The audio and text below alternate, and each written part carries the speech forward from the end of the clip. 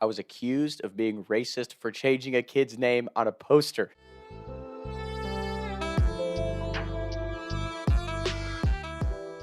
Senior year of high school, I went to CovCath, which is like an all guys Catholic prep school. So they have the racist stereotype, right? It's all the rich white kids in the area. Even though that wasn't even the truth, like half of us had to work our asses off to go to school there. They had a work study program for kids that had to literally be janitors at the school just to be able to pay their way through school. They had all kinds of kids in there who aren't the upper echelons wealth of Northern Kentucky, but you get the stereotype because of a few kids that everybody knows are loaded or whatever. Like it was just that whole stereotype was just so dumb. All that aside, we had a spirit club there. When you're a senior, you join the spirit club. All we did was come up with like themes for the cheering section, make posters around school to get our team excited for their game, get the students hyped up to go to the game. That was the whole point of this of making these stupid little posters that we'd hang up in school. Our school would tweet them out or whatever and try to get the community excited for CovCath sports. Like that was literally the whole point of doing this, right?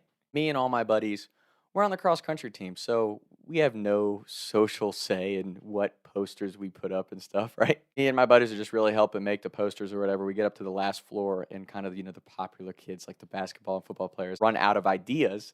And I was looking through the roster of the football team we were playing on like Max Preps or whatever. So this kid's last name is England. Let's make a poster about that. So we ended up making this poster that says, making up names here. It's Mike England, more like Mike America, because it's just funny. Like it's just a spoof poster. Because obviously we all live in the United States, but his last name's another country. So it was kind of like a funny play on words. And it was just stupid. Like it was probably the dumbest poster we hung up all day. Our teacher who runs the spirit club comes around. He's taking all the pictures of the posters. He puts them out on Twitter or whatever. Well, the school that we're playing gets a hold of my poster idea. And of course, the kid who we changed their name, he's the only black kid on their football team. His last name's England. He's their starting running back. He's like their star player. And I didn't even know that. I don't even know shit about football, right? I hardly knew CovCast football team because I didn't care. I was just there for the cheering sections of the stupid posters because it was my senior year. Twitter starts blowing up, right? They're like, this is so racist. Of course, CovCath did this. Like, I'm picking on the black kid, and I'm like, hang on.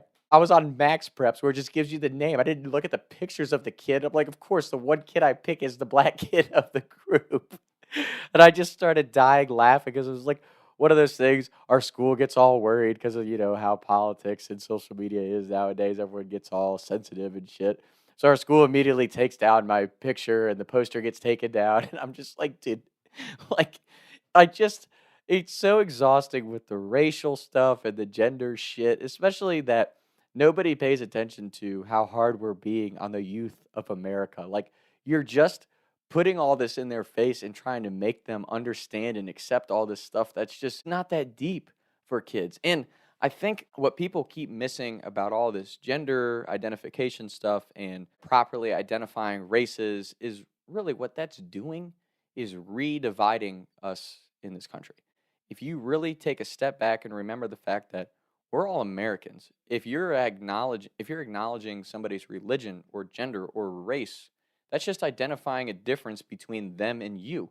In reality, what we should all be remembering is like, yeah, I might see the world a little different than you. We might have a different perspective on what's right or wrong, but at the end of the day, we're all Americans. And if we're able to just respect each other's opinion and you can have an open dialogue that isn't a screaming match about politics or big tech or social media or gender or religion or whatever it is, right? Like we could pick something, anything under the sun and argue about it till we're blue in the face because it's just people yelling at each other.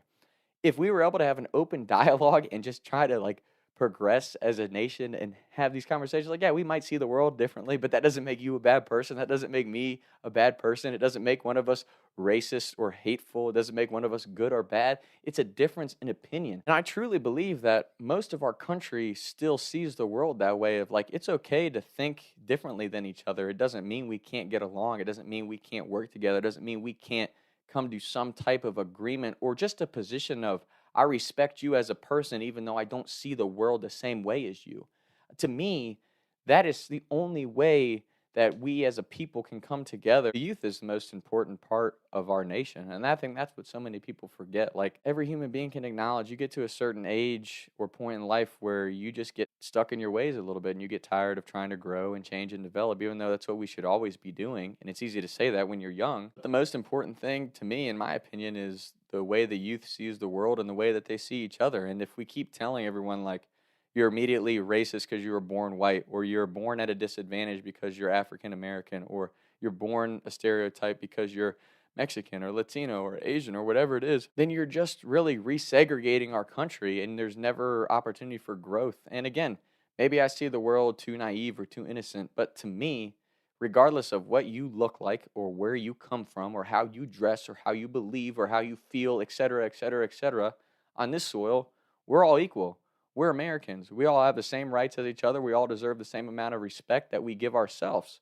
So I think that really is what it comes down to is you get into all these complicated things about politics and religion and race and gender and all these things that in medicine and vaccines, all this stuff that people want to get crazy and argue about. And it's like, stop. Look at where that stuff's coming from. It's the people who are in control of everything. So like your big tech people, your people in politics, your people who control medicine. Like those are the people that want us divided and fighting. And it's just sad to see people who don't realize that. And I'm not saying that there's not a lot of people in our country who are fully aware of the fact that like we have a pretty good life here in America and America's a pretty good place.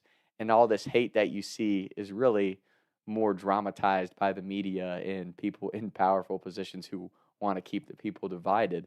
But ultimately, this is the greatest country on earth, and the only way, in my opinion, to stay that way is to stay united. Like, we are the melting pot. Everybody in America comes from different backgrounds, has a different upbringing, has a different path to where they are or where they're going.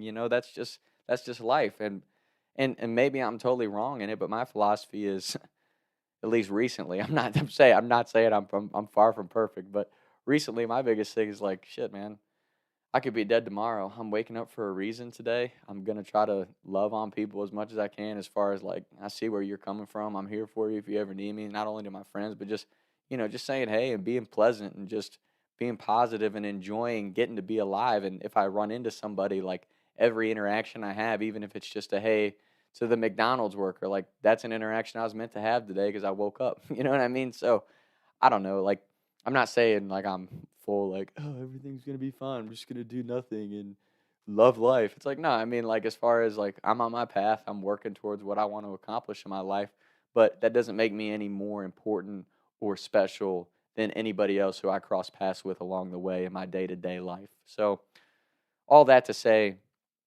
I feel for kids nowadays because I just don't think like everything just gets made into racist or hateful or whatever it is. And it's like that story to me is a perfect example of that. Like I made a joke about a kid's last name because that's what you're supposed to do as a rival school when you're cheering section. You try to get in the other team's head. That's part of sports. It's part of competition. It's nothing hateful. It's just a reality of that atmosphere, and that's sports, right? You're a gladiator in the arena. Any athlete will tell you that at any age. That's what it is. So it's a competitive environment, and you're gonna have things like that that I think are important. Like it make you mentally tough. Like you don't think kids were talking shit to me as a Cup Cath athlete going to other schools to play sports? Like, nah, that's just part of life, and that's part of growing up and developing. And I think it's important to develop some mental toughness and figure out the perspective that you have of yourself in life, like who you are as a person. And I think all those things lead to that. And you know, maybe I'm completely off base in saying this, but I believe God gives his biggest battles to his toughest soldiers. And regardless of where your life is or how much shit you think you're going through, I promise you, and again, this is just my belief saying it, but whether you believe it's God or the universe or whatever it is that you believe in, there's a path that you're meant to walk in this life. And if you just keep giving it 110% and stay positive and try to figure out what you really love and what you want to do with your life, find your passions and desires, I promise you, everything's going to work out great. As long as you stay on that journey, you stay persistent, you keep believing, and you figure out what inspires you and motivates you, that's how you really get to where you want to be in life. And that's, again, all that rambling to say that's my opinion of that. And, and I wish we had more people realizing that we have to stop training our youth on racism and hate. Like, we just really need to understand that in this country it's as simple as everybody's American, everybody's here with equal opportunity, and if you just keep believing in yourself and working hard, you can figure out where your life needs to go and what you want to do with it, and you can create that. Like that's the opportunity you have.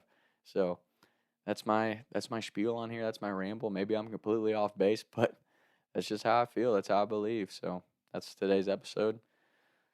Sorry about the lecture at the end. I hope everybody's well, and we'll be back soon. Talks with Tom. Taking shots by the lake till I can't even breathe no more, see no more. I was riding around town thinking to myself,